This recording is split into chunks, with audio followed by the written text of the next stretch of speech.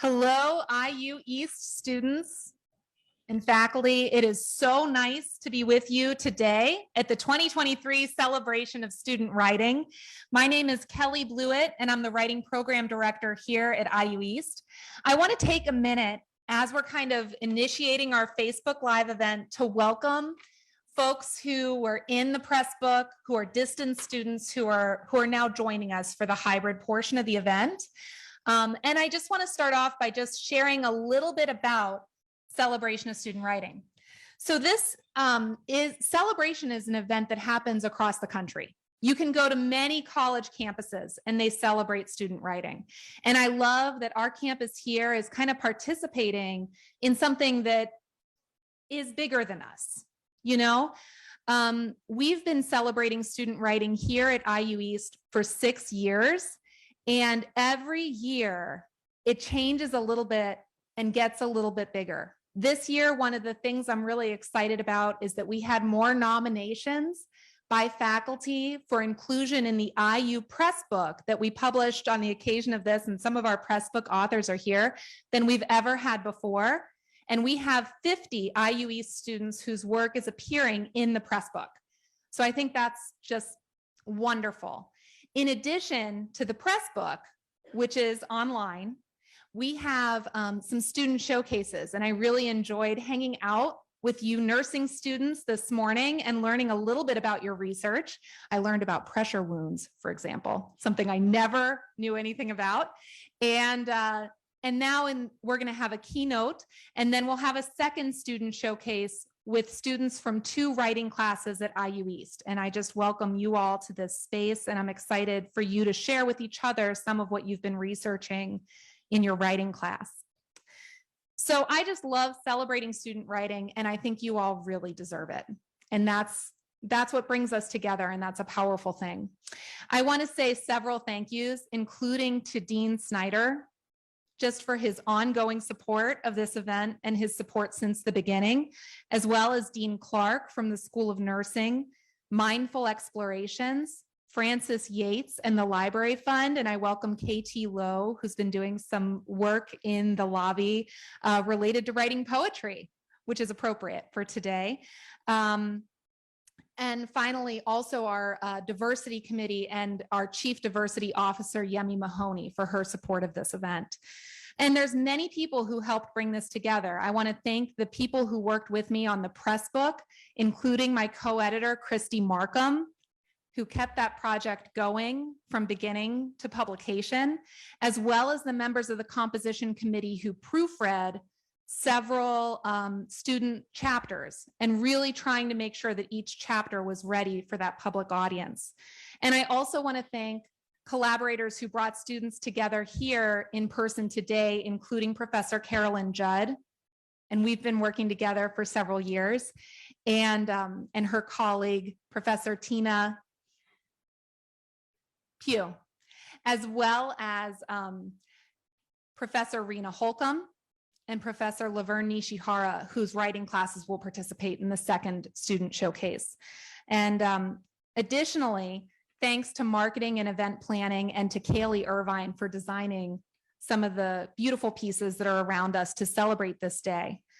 And so what we're doing right now is one of the just best parts of this event, and that is welcoming a writer to share a keynote address with us, to help us think about writing a little bit differently. And today, I am just thrilled to welcome our keynote, Yaeli Kamara.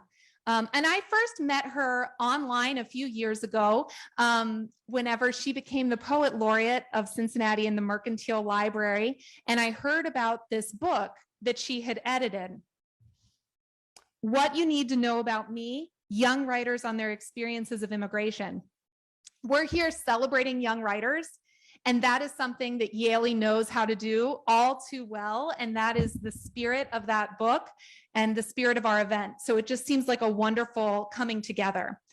As the daughter of immigrants from Sierra Leone who grew up in California, Yaley was just so well equipped to edit this anthology that collects the experiences of young writers about immigration. And she's currently an adjunct assistant professor of literature at the University of Cincinnati, where she also earned her doctoral degree, like me. So we had a chance to kind of chat about UC on our way up today. She's the author of 2 poetry collections, A Brief Biography of My Name, which is part of the new generation of African poets, a chapbook box set, and When the Living Sing, both of which are available at our bookstore. Additionally, it was announced this spring that her collection, Be Say Do, is the winner of the 2023 Jake Adam York Prize and will be published this year by Milkweed Editions.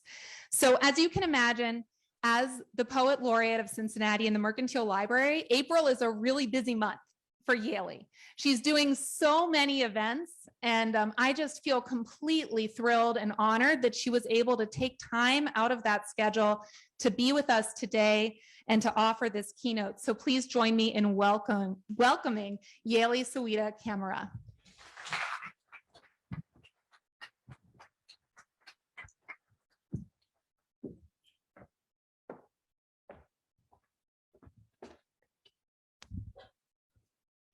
Good morning, everyone. Good morning. How are y'all doing? I've had like 2.5 cups of coffee and I've been up since like 4:22. So I'm like on, and I'm on for y'all, and I'm so excited to be here. And before I forget, I'm a Hoosier too. I graduated from IU Bloomington. I got my master's there in 2018. So it's nice to be back. But I heard that y'all are Red Wolves, so I'll represent for the Red Wolves too. So thank you so much, and it's such an honor to be here. Thank you so much, Professor Blewett and IU East, for the privilege and honor of being part of such a momentous and gorgeous occasion. As was announced, my name is Dr. Yaley Soweta Camara, and it's an honor to stand before you today to celebrate such an incredible milestone. When I say milestone, I'm speaking to 2 or 3 things here. One milestone is that you are all within reach of the end of the semester, right? Yeah. We need to just celebrate that too. Y'all can clap for that, that we've made it this far and we're here. And I'm on like the academic rhythm too. So I feel the goodness of the sun coming out and the semester ending and days are getting longer and it's almost summer. So we can celebrate that. And in addition to that, it's wonderful to celebrate your writerly accomplishments, folks that are in this room, folks that are online. For whatever reason, there's so much to celebrate here. And I just had such an amazing time looking through some of the topics that were explored in your papers, from topics ranging from fast fashion to Colombo Venezuelan music, the trajectory of it, to the impact of carbon, footprints, to manifold research projects on representations of marginalized identities, to scrutinization of facets of educational trends and policies. I saw things on standardized testing, papers on standardized testing and No Child Left Behind, and even saw a paper on prehistoric Indiana, which is something I never considered.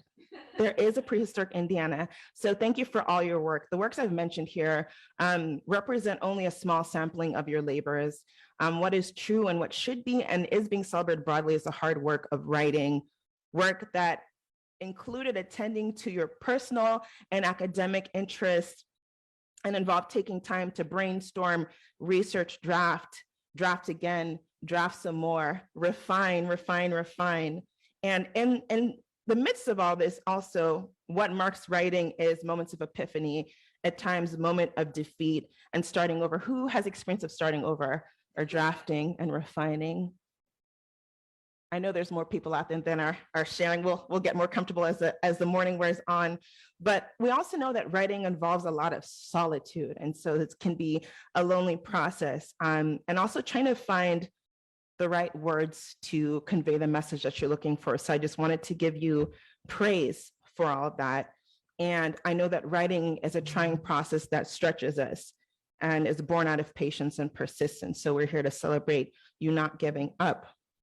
I know that in this room, there are nurses I see your fly red uniforms.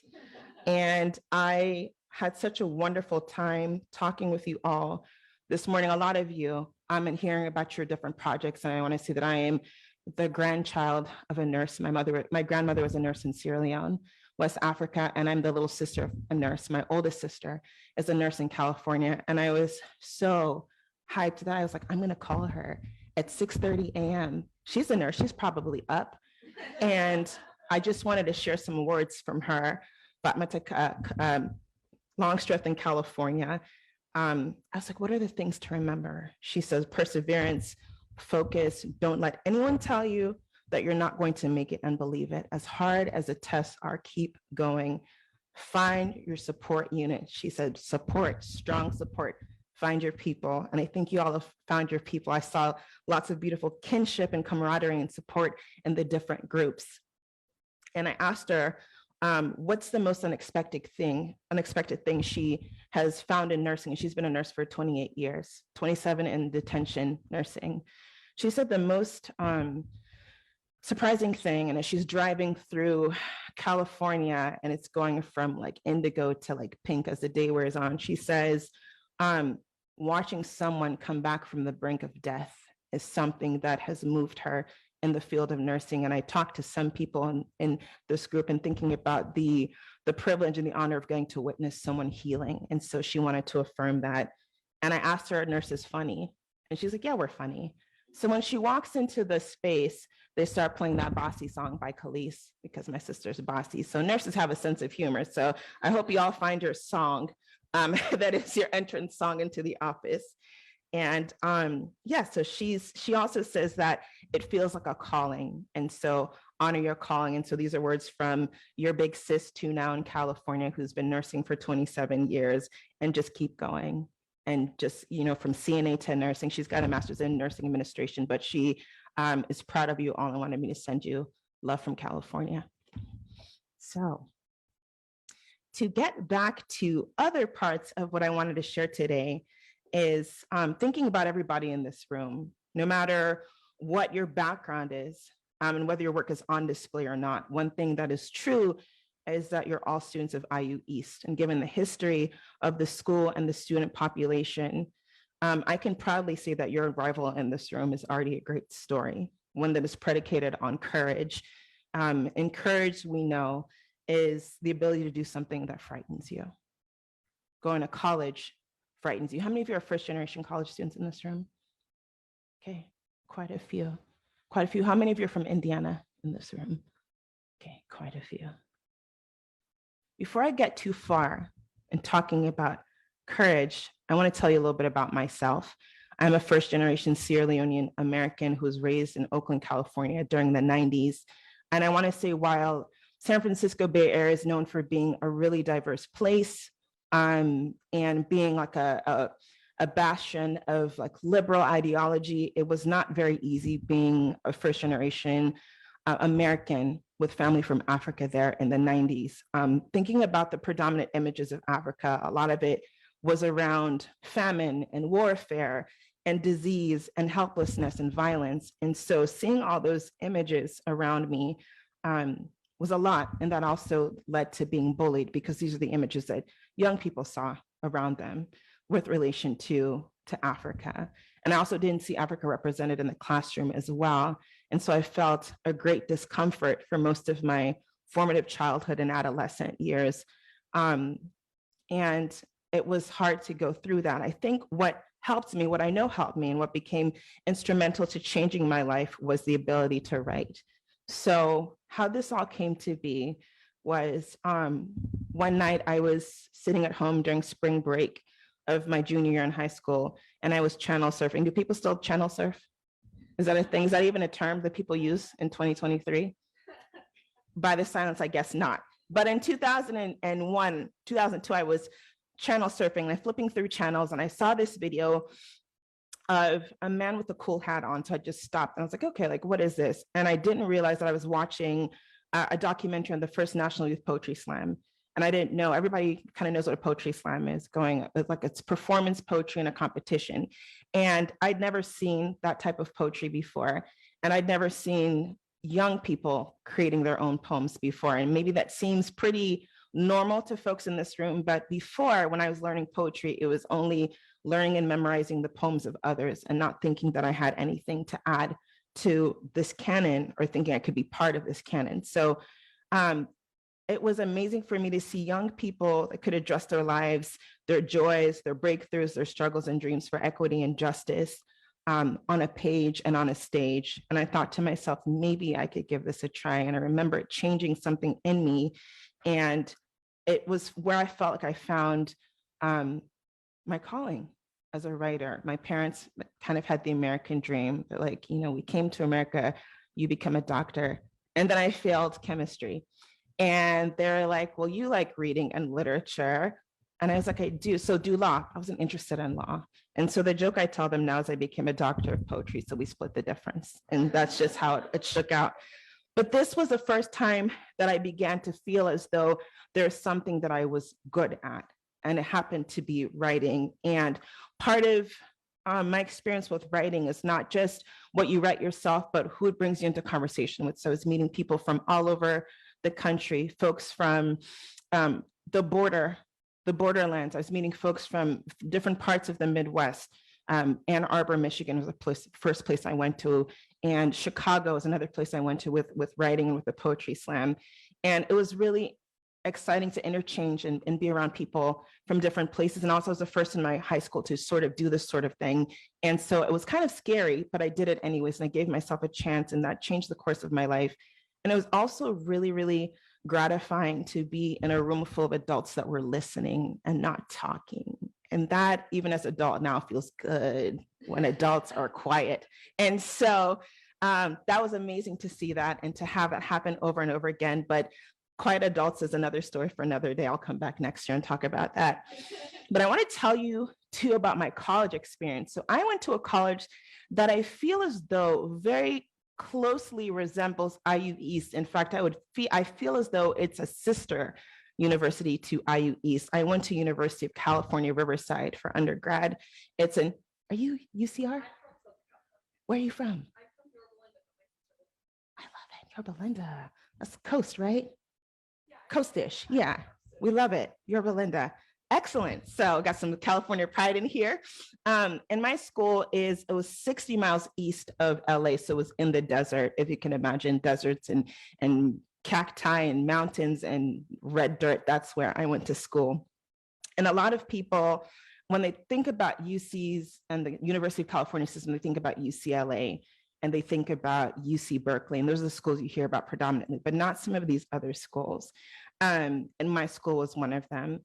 And there are things that UC Riverside was good at back in the day, and still is now: anthropology, entomology, and we have a okay at basketball, okay soccer team, and we have been undefeated in football since 1975 because the football team was disbanded in 1975. So we haven't lost since. My campus was largely first generation college students from different demographics, with students working 1 or 2 jobs through school. I worked at the theater facility unit, where you go in at like 1 or 2 o'clock in the morning and you set up lights for theater productions. That didn't last long, but I did go work at the Women's Resource Center, and that was an amazing opportunity to work alongside staff and faculty that provided care and educational services and resources for female identifying students on campus. And so that was the other job that I held while I was at UC Riverside. Many of my classmates were from Northern California and Southern California.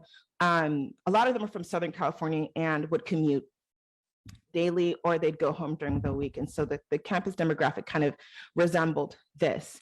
And a lot of students felt the pressure to finish college in 4 years. And so because of that pressure, a lot of them were like, I'm not even going to consider study abroad. And so I think 96% of our school did not opt to study abroad because they're on this track to finish in 4 years. What ended up happening is a lot of students finished in 6 years because of the realities of course offerings, school, study skills, and the transition between high school and college. What I will say about UC Riverside students is that they are a group of students that are driven, goal-oriented, hardworking, and incredibly humble. I'd say that this described my classmates. I also would say that they're resilient and actually unaware of how brilliant they were. And that's something that I learned. And maybe some of you are coming to know all your skills and talents right now, or maybe a classmate or a professor is pointing that out to you, but that's something that was really special for me to witness. And so another thing that about my college campus is there are a lot of students that were children of immigrants. And so in my hall, there's a student from Ireland, Belize, the Congo, Mexico, Sierra Leone, India, the Philippines, just to name a few, just in one hallway. And these students, my friends, my classmates, had different tasks, translating documents for their family, or accustomed to the roles of being secondary parents, and actually like being the first in their family to sort of change the course of the way that their families had been living. And as for myself in college, my life was changing too, because my parents were going through a divorce. So all of us were kind of in these transitional periods in college. And yeah, there were some rich kids at the school, not a lot though, but I just wanted to represent for the rich kids that were there too. They were there. But in terms of my world and my understanding of UC Riverside, that was not the majority of students at the school. We're all from different walks of life, but something that kind of tied us together is that we all maybe didn't necessarily expect to be in Riverside when we got there, but we had a love and respect for each other, and we looked out for each other. And I think I'm feeling some of that here, and just seeing the ways, just walking through that space in the student showcase. And so that feels so good for me to see. In spite of all of the hard work that my classmates did in the classroom, they also had different interests with film and rapping and writing and other types of art. And since then, a lot of us have taken on different paths, being high school science teacher, a city planner, a philanthropy specialist, an event planner, and myself a professor. When I think about my classmates, I know that their hard work paid off. And I learned that from them. What I learned from my professor was to keep your eyes on the prize, but to not forget to engage with the world around you and to give yourself love for how far you've come. What I gather from IU East students is that you possess a lot of the same qualities: the steadfast and unwavering commitment to get work done, to stay on task, to lift each other up, and to really contribute to the richness of a community that is steeped in grassroots tradition of building what is yet to be seen in the world. The prime example is the call of the people to create this campus, and it came together through hard work, which is a very unique and beautiful story that I hope that you all take pride in. Something I hope that we think about is, in spite of all the work that we do, is that we think about our self-care. So I hope that today we can take time to think of at least 2 areas in which we take care of ourselves, and also how we've grown throughout the years from the start of your career to now. I hope that there are moments, in spite of the hard work, that you can think of how far you've come. What I want to say from writing, I've gained from writing through college, and now, is that it can't really be quantified, but a few things I will say is, as I've written, I've become more brave. And I see that the ways that you guys research and read, and how you become brave, and the confidence with which you share difficult topics, burnout, thinking about the carceral system, thinking about different facets of identity and the things that we have to move through in today's society. So it made me braver and allowed me to see different parts of the world through that bravery. If I can write, maybe I can write myself into different spaces. So I got the opportunity to study abroad in Brazil in my undergraduate year. And I got to live in France for 3 years, teaching and working, getting my master's and my PhD. I don't say all of this to show off. I say all of this to say that it's possible. If I have been through these particular situations, I've gone to a school similar to IU East, I know that these things happen here and can continue to happen. And I want to reiterate that the world is yours. Writing has allowed me to enter spaces to meet people that I may not have otherwise had the blessing of sharing space with. And I mean, that's how I'm here. Writing brought me to you all. You know, this is my opportunity to visit Richmond, Indiana, and to sit with all of you is through writing. So I'm incredibly grateful for the doors that it opens up. I want to tell you a little bit about this book. And I'm so grateful. Thank you again for getting students with this. The way that this book came together was in 2019, I was invited to think about what it would mean to collect and think about immigrant voices of young people in a collection, because we so often hear about immigration through the vantage point of adults and not necessarily young people. So what does it mean to bring young people into this conversation?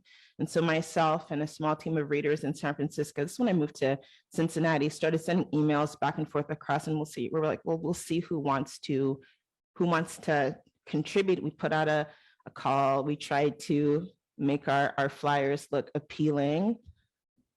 They're maybe not as fly as that flyer, but they're okay. And so we put them out into the world, and we're like, well, let's just see what happens. And what ended up happening was that we got so many just contributions from people from all over the place.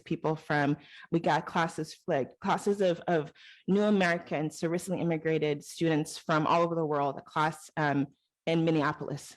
And the teacher was like, this is just a quick homework assignment. She didn't tell them that they were going to get published. And I realized that was actually a trick a couple of teachers did. And so we got those submissions, or a Nigerian woman or an Irish woman of Nigerian descent. She's like, oh, I just got it from a teacher. And I was like, how did that get to Ireland, right? And so people are really sending this message far and wide. And it just shows that people have stories to tell if you can provide them with a platform to tell the story. And that doesn't mean giving a voice to the voiceless, but simply handing the mic to people that have stories to tell.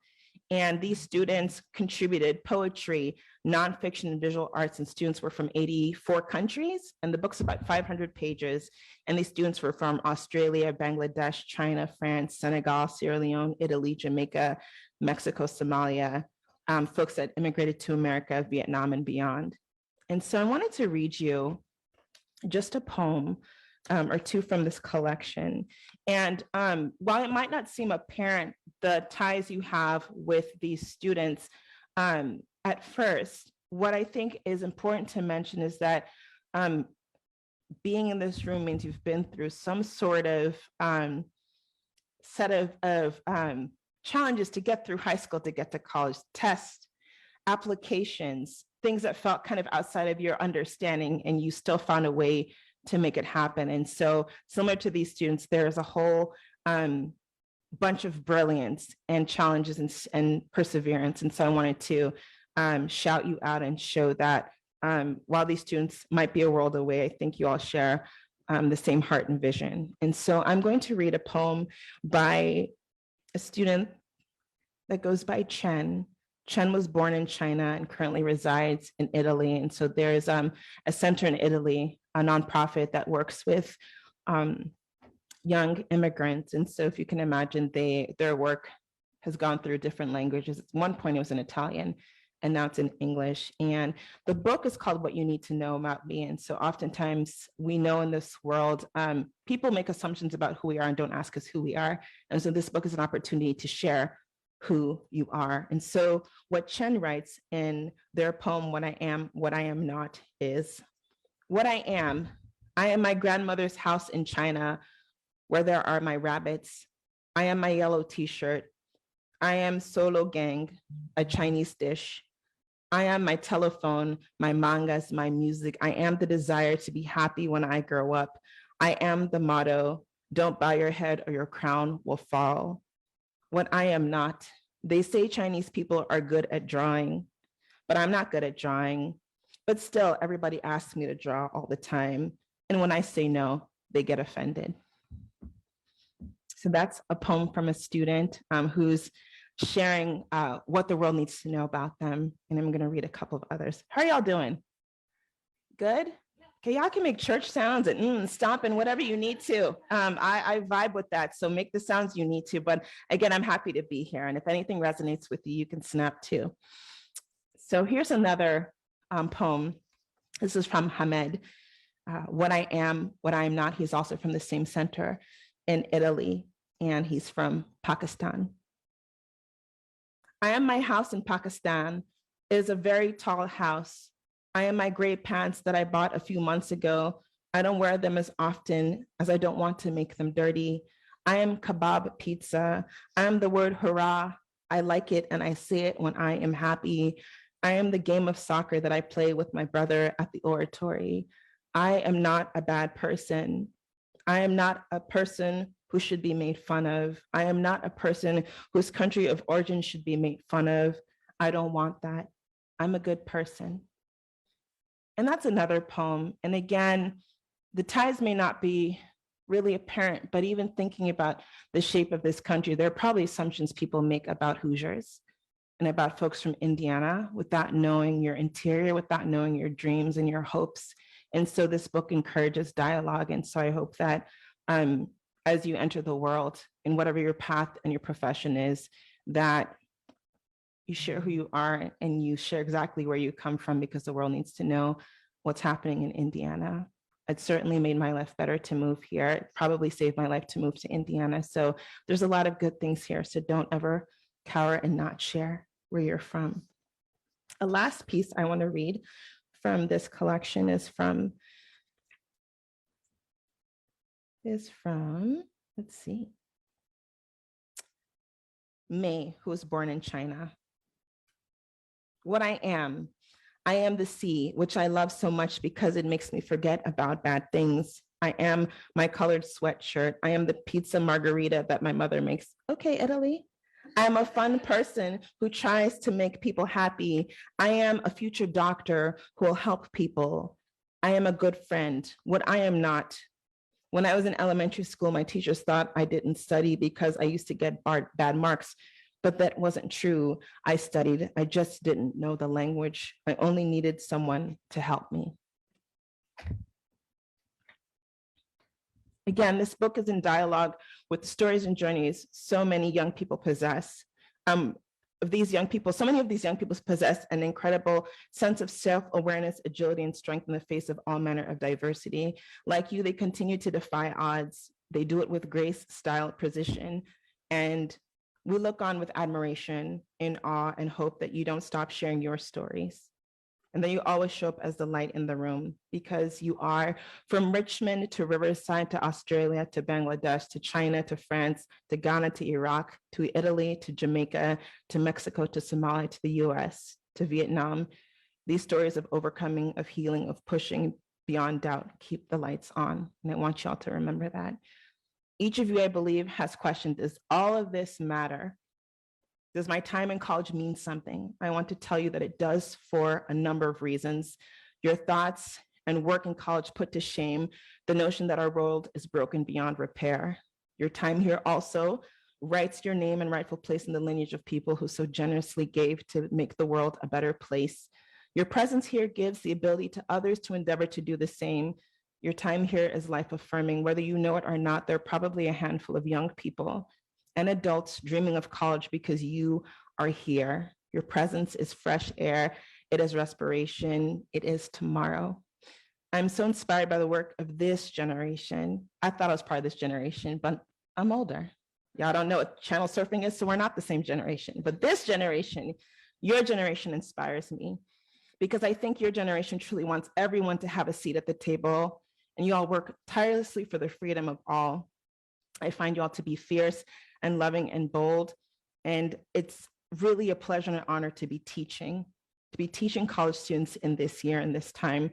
I learn so much from you every day. Before I return to marveling at your work, I want to leave with a few tips that have guided me along the way. Don't think your story of arriving to college is not one to tell. Your success here, if even the journey has been windy and unpredictable at times, animates the dreams of others. In fact, the most imperfect journeys make the possibility of others to dream seem more within reach. Never think your impact is too small. Think of the butterfly effect, the theory that imagines how the individual flaps of each butterfly's wings in their successive aggregation is enough to shift the world, to cause a typhoon, to cause a shift. Your work next to that of your colleague, next to that of your colleague, next to that of your colleague can turn this world right side up. This is the story of every cultural, social, artistic, or political movement in this country and beyond, people dreaming big and taking the small steps to love something to life. For all of the students in this room, we share this earth, this beautiful, magnificent, bountiful, yet aching earth. And now, perhaps more than ever, this earth's sustenance relies on everyone, the artists, the scientists, the educators, everybody in between. No matter the work, no matter the genre, no matter the discipline. Know that in this hour, there will be ideas and forces and messages that make you doubt the importance of your gorgeous, life-affirming work and your honest and genius voice. push against that fiercely. We have your back. We benefit from your courage, which involves strength and comes from the Latin root word of core. Core means heart. A lot of the work that you're doing comes from your heart. If you're courageous, it's coming from your heart. Lastly, while you practice courage and care, take time to reflect on who you are and relish in your accomplishment and walk with pride in your achievements and punctuate this hard work with self-care and self-love. I don't want to limit what self-love looks like for your self-care. If you want to dance around the room, do that. Want to have an affirmation in the mirror, do that. A delicious, healthy dinner, do that. A not so healthy treat, do that. I also want to say, if you come to Cincinnati and you want a fancy coffee, look me up, it's on me. Cheers to you all, many congrats. And I so look forward to seeing more of your work in the world. I want to read you a poem to close out, if that's okay. And I have a question for folks in this room. Is any of you from a city or a town that people don't understand or have made fun of or look down on? Okay. Everybody else's cities fly? Okay, well, so I talk about being from a place that was difficult at times, Oakland, but it's also a city that that's made me who I am. And I wanted to read a poem about Oakland based on what people have said about Oakland. And it's so funny because it's an awesome place. It's a complicated place. Like a lot of these places are awesome and complicated. And I'm sure where you're from, there are quirks. And maybe if you ask other people, be like, really, that's your city? This is what people say about Oakland. And Oakland is my home. And Oakland also feels like a myth to other people. And so this poem is dedicated to my sister, Chanel. Oakland is home, home is myth. Oakland is a killing field, they say. But what about the fragrance of candy in public places and how autumn waits tight-lipped while summer slowly stretches its limbs like a tired infant? The upper level of the MacArthur BART station smells like Palmer's cocoa butter because being ashy in the town is worse than jaywalking. The aroma of chocolate blankets the opposing platforms while warm air kisses bare ankles and calves. Folks are ready to flex for this last bit of summer. October here is like July almost anywhere else. Oakland is a killing field, they say. But what if in the story of trickling blood, there is no gun, but instead a finger pricked by a blackberry bush on Thornhill Drive? And what if the sting is forgiven when the fruit's tangy juice launches itself across the endpoints of our mouths like a shooting star at the horizon of Skyline Boulevard? Sometimes pain in Oakland comes from forging through a thicket of joy. Oakland is a killing field, they say, but what about ritual rising from downtown's liquid belly? Amoeba-shaped Lake Merritt is the largest man-made body of water in America. No native in the last 50 years has lived to tell about happily swimming in its murky brown pool. For we know better, we show our love from the shores. You'll find us sitting cross-legged, either sharing office break secrets or watching our babies tangle in the verdant grass blades of the lake's banks. Lake Merritt is a confessional booth. We release our fears and secrets into the mouth of algae, hungering to filter any wisdom from our chaos. We show gratitude in returning, crafting air-shaped haikus at the water's edge, the town pilgrimage, exchange worry for hope and wash away madness. That was a haiku. Oakland is a killing field, they say. But what about Raphael Sadiq's voice and how it coaxes the fog to burn invisibly, or the silver-haired stranger who makes a paper plane with the little boy he just met at the MacArthur BART station and then teaches him how to mischievously fly it down the 54 buses narrow aisle? What about our Michelin food